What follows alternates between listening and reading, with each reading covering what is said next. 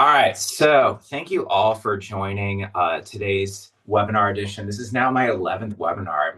I think it's 11th. Yeah, 11th webinar now, and I have my first full anniversary coming up in April, whereby I'm actually presenting not only a webinar series, but also a boot camp series attached to it. So all the things that you're seeing now would then become an intensive for how can I help you with your business? And that's what the boot camp series would function as. But you are here because you want to learn more about how to combat the famine season. So most of us become freelance musicians because we want that freedom, we want that variety, and the meaning in our work, whatever that looks like, whether you're a performer, whether you are an administrator or an educator, composer, luthier. I mean, you name it. Every musical creative has their own unique freedom and variety in what they want to do and how they want to do it. But what nobody really talks about is how seasonal freelance life actually is. So for some months of your calendar, we have a full money moving season for ourselves. I call that my anchor business work. And then there's also the engine business work where you want there to be a lot of fuel moving forward to then propel you for a full year calendar. So you're not faced with this famine season that I'm about to talk about. The famine season is basically when you have months when things start to slow down, when sometimes things that would normally move fast are typically quiet. So, for many of us who are in performance, this is usually the summer season, or even educators, of course, when you're dealing with your academic season from typically August to end of May. Then June, July, and the beginning of August seems a little slow. And I'm sure the same with your case as well, Sheridan, where I know that when, the school season's over, symphony season starts to get a little quiet over there in the offices as well. So this is what I call the famine season. So today's webinar, we're going to get through it, and it's about learning how to turn it into a seasonal advantage so that when those slow months come, you're there to protect your income, strengthen your business, and prepare you for your next peak season. So why does the season exist? When work starts to slow down, most musicians don't just notice it financially. It, of course, hits us emotionally. A dip in gigs can feel like rejection, maybe even failure for some people, or losing momentum, even when nothing is actually going wrong. It's just the nature of when activity occurs. So freelance work is, of course, cyclical by design. As I mentioned earlier, schools change their schedules, orchestras pause, festivals come and go, teaching loads, of course, move because maybe students are on vacation for whatever reason, or maybe they just don't want lessons or their family can't afford it either because they too might be in a famine season. So if slow seasons do make you feel uneasy, that's not a flaw on your end. It's just your brain responding to the uncertainty factor, both financially, emotionally, psychologically, etc. Our goal today is to replace that uncertainty with a bit of clarity on how to prepare yourself for the famine season, whatever that is for you. So feel free to drop one word in the chat that describes how slow seasons usually feel for you. I'll read them later, but for me, I can share a little bit of insight. Slow seasons scare the living daylights out of me. That's why I kind of decided to do this webinar because I feel like I'm not alone in that regard, where we find ourselves basically scraping. But this season, I'm taking action for myself, and I'm sure we might be doing stuff for our own businesses as well, where I'm trying to find maybe a recruitment plan to work with independent school districts to see how I can get those fifth grade bassists ready to go for sixth grade so that maybe some teachers in the orchestra programs feel a little bit more confident knowing that they don't have to work so hard with an instrument that they may not be familiar with, for instance, going into sixth grade. Or I'm trying to find ways to build more boot camps for my coaching platform that I have here for Opus Freelance. That's my business. I doing business as? Maybe I'm trying to build bigger ad campaigns for my teaching studio right here, right now. There's also the idea of a podcast coming up in my near future that will launch in March. What does that look like when, I start having more episodes more frequently, especially my podcast colleague who is also a freelancer. It works best for both of us, works best for the freelancers as well. Working with my VA to determine how can I prepare for those months going forward. So feel free to drop in the chat maybe one word that describes how slow seasons usually feel for you. As I mentioned, fearful. Or if you want to go off mute and you want to share it, you're welcome to as well. Feast versus famine. So, like I mentioned earlier, the feast season, it's when you're in execution mode. It's when you're performing regularly, you're teaching regularly, you're traveling, you're delivering on whatever your products are on a regular basis. You're moving fast, and there's no room to think. You just go on automacity. You're on autopilot. You are in that foundation and flow system. You've built the work and it just rides the wave. That's essentially what the feast season is. The famine season is essentially the design mode. It's your planning time. It's when your calendar opens up, the noise around you starts to settle down and go quiet, and suddenly you have the space to be creative in whatever way that is, while also, noticing that the work has shifted, as I mentioned earlier. The mistake in treating famine like a broken feast, which is absolutely not true, because the feast seasons are for when you're in optimization mode, you are moving, you are grooving, you are executing, you're in implementation. And the famine seasons are meant for, again, the design, the creativity, and making sure that you have all the planning pieces together for said feast season to occur. So, of course, when there's no plan for slow periods, we start to react instead of choose. And that's when things get a little haywire sometimes for us psychologically and, of course, fiscally. We say yes out of fear instead of alignment. We fill our time instead of building the value for the things that we want to prepare ourselves for. We think about paycheck to paycheck instead of season to season.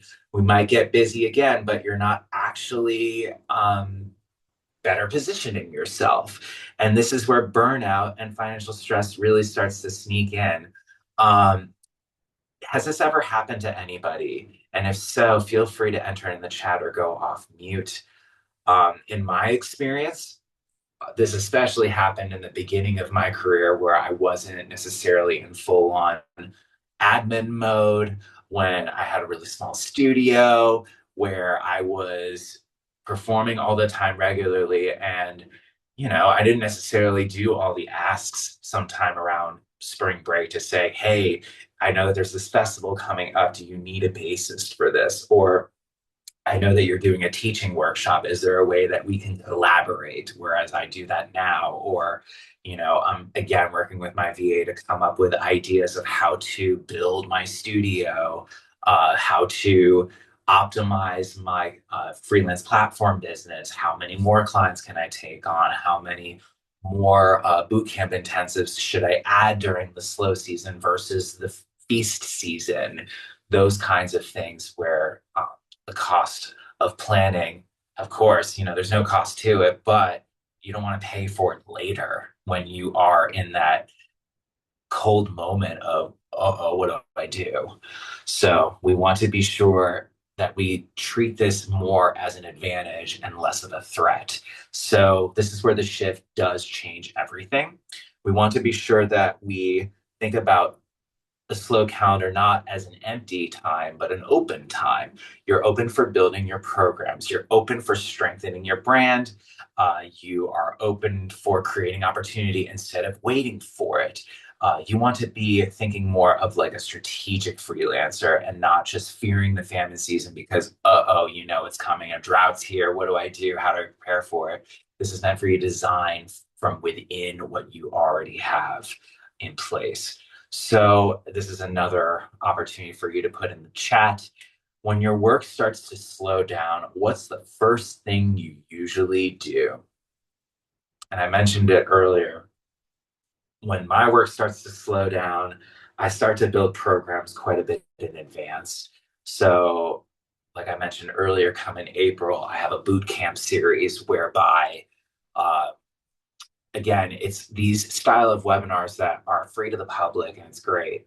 But then I start to branch off and create more of an intensive practical session for a weekend retreat, if you will, based off of the topic of the said webinars beginning in April, going onward for 26, 27, that will essentially support and assist the client that I am working with.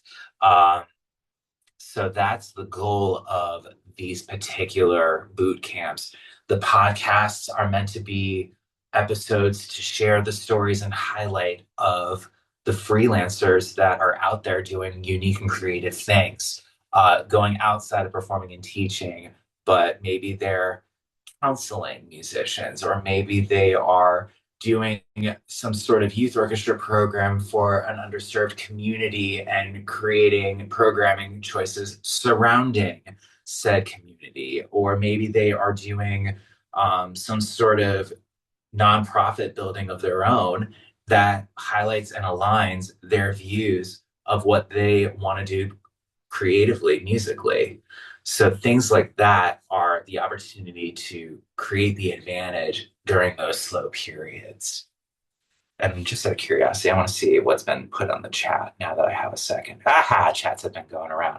The slow season makes me nervous, says Sheridan. I hear you. The slow season is restorative, Amanda. Finally catch my breath and recover from the busy season. Yes, this is definitely those moments as well where we can really shape um, what we had gone through, like in terms of that fast season, to really take in that breath, that opportunity to just take a second to breathe. Maybe even we saved up money during that fast paced season. I usually do about 25% of all my income, save it aside. Come tax season, I've already put out whatever I owe to either my accountant or the government. And, whatever's left, maybe I have a savings to just kick back and relax. Some people do that, some people don't. So it's just another opportunity to plan. So let's talk about the famine season blueprint a little bit. Um, I separated it into three different categories. You want to frame this as an advantage, like I mentioned before, and it's a simple framework. First, we want to make our income visible and predictable using a seasonal income mapping. We also want to shift how we use our time when things slow down. So this is, again, the strategic workload shifts, which is that second bullet. Third, we want to intentionally design advantage instead of just stability. And this is then the seasonal advantage planning. Ultimately, these all work together to create what I know as, or what I've called, the famine season blueprint framework. So we're going to start with the first pillar, which is the seasonal income mapping. You want to be able to see your income. So stressing about money usually isn't about how much you make. It's about knowing what's coming up next. I'm sure we do this in our own time whenever we have to budget on a monthly basis. But then this is thinking the bigger picture, thinking beyond uh, month to month, but now it's season to season. So the feast versus the famine. When numbers are invisible, ultimately the mind fills in the blanks with fear. We want to be sure that we really see everything as if we are accountants in our own right, to be sure that the numbers will then give us the advice and advantage to determine how we proceed accordingly. Instead of asking, how do I get more gigs, we can ask ourselves, what actually changes during those slow seasons? And then we can be flexible about it. Some income disappears, some shrinks, some stays steady. So once you see that, you can plan calmly instead of panicking. So now this is another opportunity to put it in the chat. Write down one income stream that usually fades during your slow months. I mean, I'll be candid, performances, student income.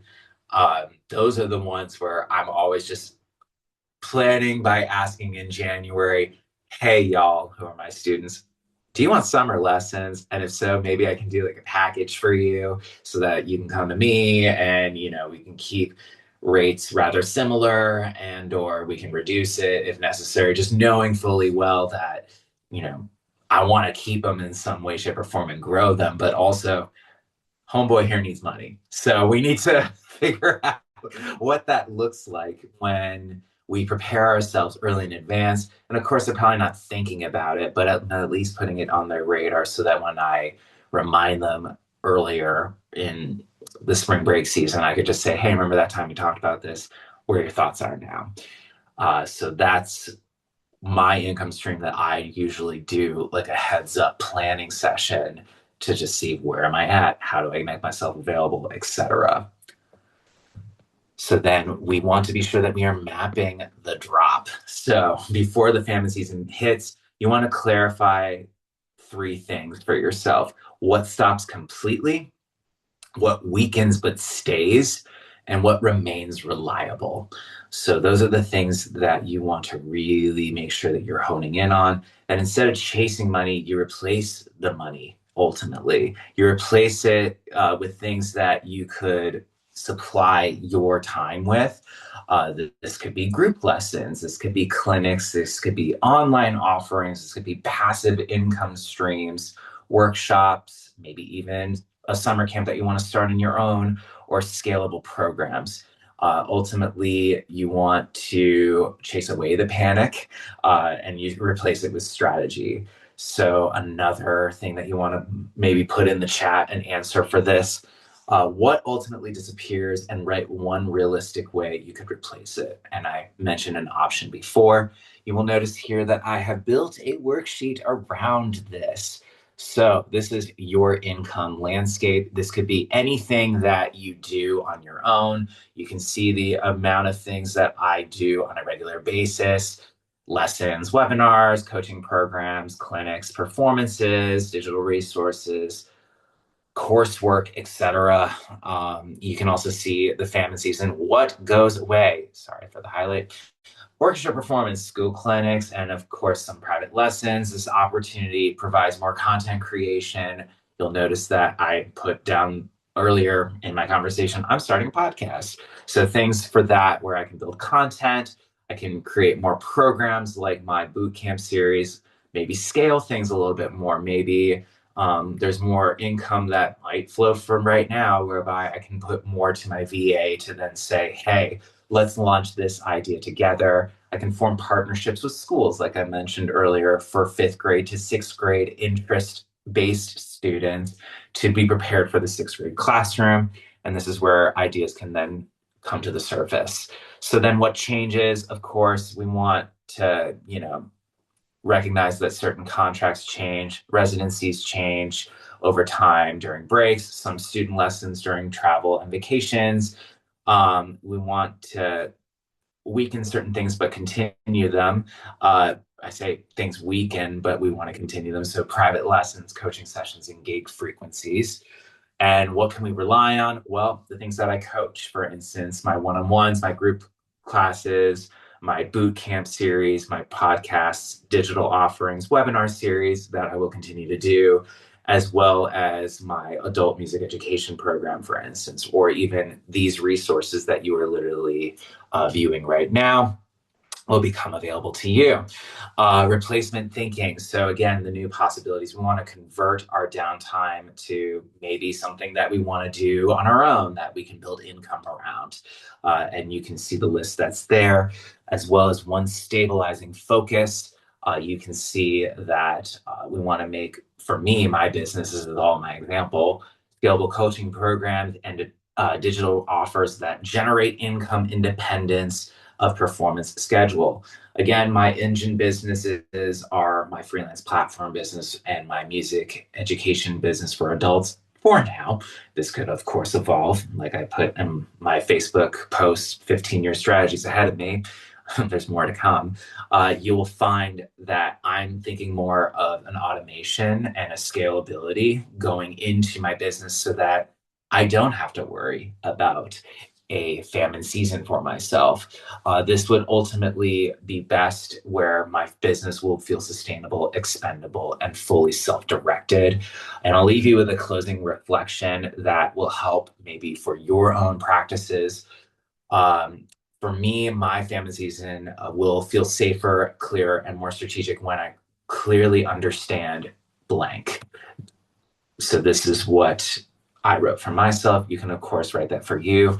A reminder that the famine season isn't a problem, it's a pattern. And in your model, patterns aren't obstacles, they are leverage points. So let's see if I can go back. Done. Okay, good. Does anybody have any questions about the sheet here? You can put it in the chat. Um, and hopefully it serves you well if we schedule a call and I can give you a blank of all of the worksheets that come from this. So now let's talk about strategic workload shifts. But before I do, I want to just check in to see if there's any new chats. Aha, new chats, great. So student income and slowdown in education department. Yeah, that usually happens during the famine season. Orchestra work dwindles to nearly zero in the summer, but this is predictable every year. I budget annually and divide by 12. I am just like you, Amanda. I feel you. Awesome. So I know how much I need to save during September to May, covering my June to July. Fantastic. Grace, you wrote, I've got to exit the meeting. All good. Yep, I can definitely send you a replay a little bit later. So feel free to do what you need to do. Hope you feel well. All right, let's keep going. So, with the strategic workload shifts, we want to be sure that we build and not scramble ultimately. In the busy months, you are the performer, you are the educator, you're the administrator, you are the luthier, you're a composer, you are anything and everything that you want to do with yourself as the musical creative that you are destined to be. That's who you are. In the slow months, you become an architect. This is, or you're an architect even during the feast season. Whether or not you decide to build a program, you are building your finances as well to set yourself up for success during that famine season. So you are the architect by design, foundations, so that you can stand taller later. If you stay in performer mode during your famine season, you're burning your energy ultimately. You want to be sure that you are sustaining your energy somehow, some way during the feast season to ensure that when you get to that slow season, you're not completely deteriorated. You want to be sure that you shift to architect mode and start building assets around it. So then we work to build our compounds. Compounding work is anything you build once you benefit from many times. So it might be a workshop series, it might be a webinar series like what you're involved with right now. It could be a studio curriculum. I've built a curriculum around the programs that are associated with my freelance platform business, as well as my adult education business, private studio, etc. It could be a better media kit. This is something that I know that I personally struggle with, but my virtual assistant thrives with. So I say, go at it. And they create a branding strategy, a media kit, um, ad campaigns, all the things that make me basically fall and creep inside to I rise to the occasion because someone else does this for a living and this is their strength. It could be content system work, so anything that you build that is virtual or online, or you want public to the masses for small income, passive income streams. This is another opportunity, or an outreach structure similar to the webinar series that I'm putting out there.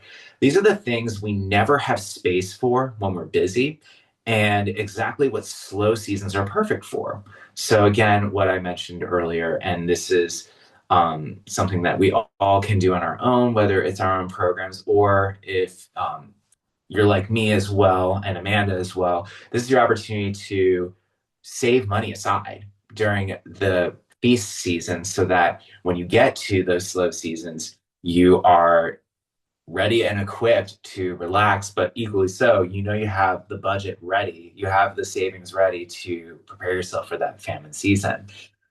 Just another opportunity to put down in the chat, what's one thing you've wanted to build but never had time for? So for me, one of the things I have wanted to build, but I've never had time for, a LinkedIn for musicians. Why not? Because I feel like we could all benefit from it as freelancers to know the opportunities that exist. Maybe we don't want to be part of the local AFM. Maybe we don't want to be a part of a certain organization that will only put job postings specifically from their website. Why not build a platform for everybody to thrive, for everybody to apply, for everybody to audition, for everybody to showcase their work and make it presentable for a certain company or for themselves, for people to join into their programs. So I want to build a LinkedIn for musical creatives, really, not just musicians. So let's look at the worksheet that I've designed here for strategic workload shifts. So the purpose of this worksheet is to help you plan how to use slow season strategically so you don't just fill time, you build value, skills, and opportunities. So you can see the workload that I usually would do on a feast season basis. It's quite extensive and probably even more if I wanted to fill out more, but I don't. Um, you can see as well that there's a slow season opportunity. So this is my opportunity to build digital courses. This is my opportunity to build a boot camp series, training libraries and master classes for maybe my adult education business.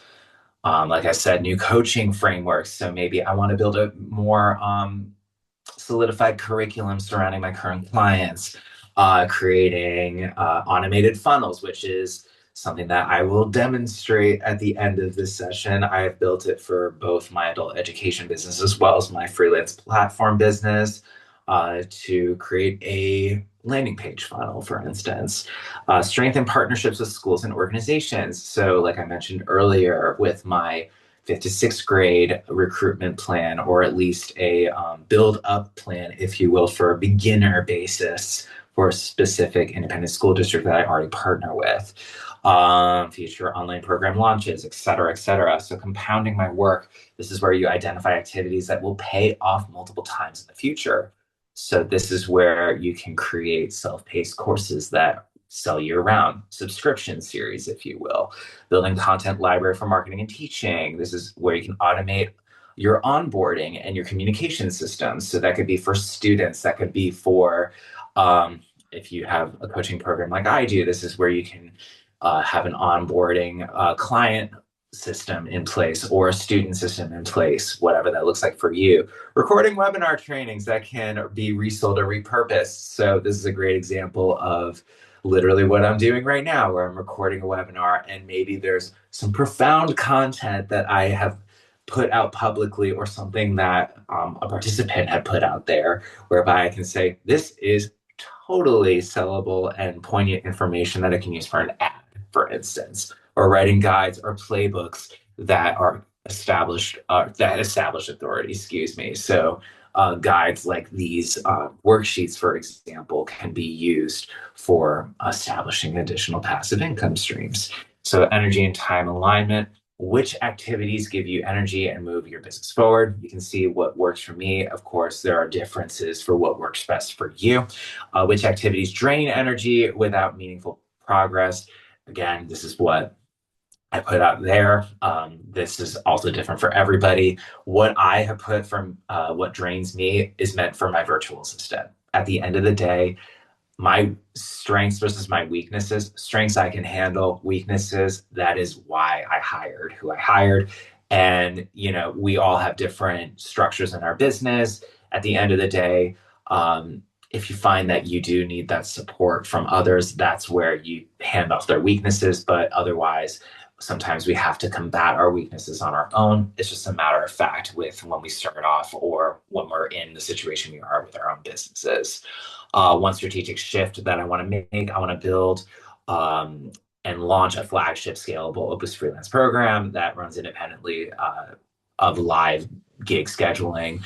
Ultimately, there comes a point where, you know, I can see all my businesses in some way, shape, or form prohibit me from taking on gigs I don't want to take, or taking on students I don't necessarily want to teach, or, you know, taking on clinics that may or may not line up with my value financially. So that's why I'm building the businesses I'm building because I want to be able to year round feel like I have built an infrastructure for myself to feel comfortable on a 12-month basis. So this is where I can create revenue, recurring revenue that does not tie to hours worked, but rather it's automatic and scalable. This is my opportunity to expand and reach beyond geographic limitations. A great example was that snowstorm where I lost $2,000 of work. And Amanda, we were going to play that gig in January, for instance, as well as the students that I had to teach in school, but obviously school is closed. And as a result, I lose $2,000 for that week. And it puts a dent in how I structure my month. And you can't really plan for something like that. Whereas if I'm all remote, the only thing that I can think of that can be a limitation is okay, I lose power in my area. So how do I build upon that? I find an internet source or a hotspot to be able to still run my business regardless of the power outage. So you can see the additional strategic shifts there. Closing reflection, you can see here, my slow season will feel productive and strategic when I clearly focus on building scalable systems, evergreen offers, et cetera, et cetera. I would love to hear what y'all think about that particular worksheet as it relates to strategic workload shifts. Feel free to put it in the chat. And then we talk about seasonal advantage planning. So this is where we start the integration process of everything. Hold on one second. Here we go. So this is where we choose our advantage. So when work slows down, a lot of musicians try to stay busy just to feel productive, but activity without direction doesn't create advantage. Advantage comes from choosing projects that protect your energy, build leverage, and position you better for the next season, not just filling your calendar. So again, using the same examples, building programs, building, the asks or offers to continue studying over the summer, building enough financial, what's the word I'm looking for? Financial relief for yourself or financial safety nets for yourself during the feast season, such that the famine season doesn't feel like, oh crap, what do I do? You've already built that relief fund for yourself, if you will. I keep forgetting the word that comes to mind, but nonetheless, you understand where I'm going with this. Your seasonal advantage blueprint is going to be different from mine, of course, but we want to be sure that we have a strong famine plan that protects more than just your bank account at the end of the day. Financially, your minimum viable month to month income and or expenses. Professionally, you sharpen your positioning and your skills. This could also be a case where you find you want to be able to breathe, for instance, or you want to be able to build outward based off of what you've already accomplished, for instance. Personally, this is where you stabilize routines and health. When these three are supported, slow seasons feel strategic instead of stressful. So in the chat, if you would like to write down one thing you want to protect during your next famine season, feel free to do so. In fact, I haven't visited the chat. Let's see what has been written. Aha! I wanted to build greater proficiency on other instruments. Ooh, look at you trying to be trisectional. I'm bisectional, so that's the way to go. But I'm burned out on music by the time the busy season ends. I hear that too. I definitely understand. Sheridan, you would love to further your knowledge for LinkedIn and how, I'm assuming that's LinkedIn, and how to really network off of it. Beautiful. So that's a great opportunity to use the slow season as well. I think we can safely plan on 1 to 2 orchestra gigs being canceled during January, February months. Dude, that's true. We could if we plan ahead for it. I did not personally, but you now budget for that as well. Good for you, Amanda. I'm actually happy that you do that because I wish I did. Then if we make it through January, February without any cancellations, that money goes into the summer budget and can relax a little bit more during March to May. Kudos. Awesome. I didn't used to, but oh no, it's not letting me do it. I didn't used to, but I've been burned every year. Yep. So you understand exactly where I'm going with that, where in your case, you want to be sure that you account for it regardless of what happens in January, February, whereas I take a different approach. My approach is I'm done with it. I'd prefer to just go remote with my businesses and hope that flagship work will carry me forward. And I'm sure, Sheridan, you have your own approach as well. And anybody out there who watches this webinar in the future, they may have their own approach as well. So, reading into the seasonal advantage planning. This is again completed through the lens of my LLC, Low Strung Music LLC. This worksheet is essentially meant to help you plan how to turn slow seasons into strategic advantage. So instead of just feeling like you're surviving on your downtime, you have the opportunity to strengthen your business, be able to breathe, be able to build the financial income during your feast season and set aside for the famine season, etc. So you can plan for growth as well. So identifying your opportunities. So this is where you have your opportunities that currently exist during your slow season that you don't have time for during the busy seasons. You can see what that looks like for me. You also have built your own based off of the chat, as I saw earlier. This is where you can strengthen your core offerings. So, Opus Freelance coaching containers can be a little bit more refined. Group programs for Opus Autonomous and Opus Liberatus, which exist within my coaching platforms, my monthly webinar systems, and promotion strategies. This is where, again, I designed that boot camp series. My podcast, for instance, is another opportunity to strengthen my offerings. Maybe my lesson studio onboarding and systems can be a little bit more automated, for instance, as well as brand positioning as a freelance authority for musicians. So having it be out there in the ether, whereby my virtual assistant does a majority of my social media postings and or ads. They understand what I want posted, they create it, and ultimately it's out there in the world because I'm kind of in my own little space where I don't necessarily like to do social media work, but they do. This is where you can build your leverage, what activities can create leverage or long-term impact. And you can see the examples that I have based on my own business. Everybody has their own differences as well for themselves. This is where I can create digital templates or toolkits for musicians. This is where I can establish content, uh, basically a library for social and marketing. This is where I can develop licensing. Like if I wanted to do copyright, for instance, modeling for workshops or curriculum. This is where I can record master classes and build a library around it, like my Vimeo for all of my adult education work, my webinars, my one-on-ones with my clients, my group classes with my clients, my boot camps soon to be, and creating a Libsyn account, for instance, for my podcast with my colleague, and then ultimately a Riverside account for all the recordings so that it's ready to go on Apple, Spotify, and all of those platforms ready to go so that everybody has the opportunity to listen to it. And then comes a whole new set of factors, creating a landing page for my podcast, etc. Again, things that I hire other people to help me do. Protecting your energy, which priorities or boundaries will help you avoid burnout and stay productive. As you can see, there's a list there for me. There's, of course, different for you. This is where I can create and structure schedule creative days versus admin days.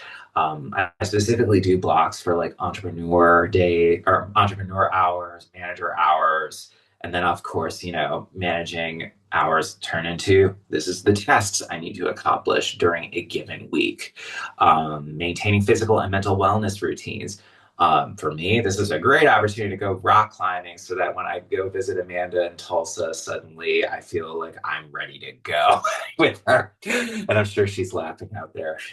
I hope you are. Keeping travel aligned only with aligned opportunities. So if I travel, it's intentional, whether it's a break or whether it's, me going to an opportunity to work with schools or an opportunity to work at a festival, or maybe it's opportunity to see family and friends. Why not? Focused advantage. If you could accomplish just one thing this slow season that would maximize future results, and what would that be? This is the opportunity for me to build and launch scalable flagship digital programs. I've mentioned it earlier, time and time again, and of course it aligns with exactly this advantage focus. Why? Because it creates reoccurring income and establishes authority multiples. or multiplies my reach, excuse me, and reduces reliance on time for money, work, and giving me the business stability regardless of gig cycles. So again, it's thinking about how do I build my advantage to set myself up for success for the famine season. It's a lot of mental shifting for sure. So I'll leave you with this closing reflection. My slow season will create advantage when I clearly focus on blank. Building systems, scalable programs, and evergreen offers with Opus Freelance that continue working for me long after the season ends. I want to give you all a reminder, slow seasons are not just empty, they're leverage seasons. The professionals who grow fastest aren't the busiest, they're the most intentional during the quiet cycles. I'd be curious to learn what you all think about that worksheet as well in the chat.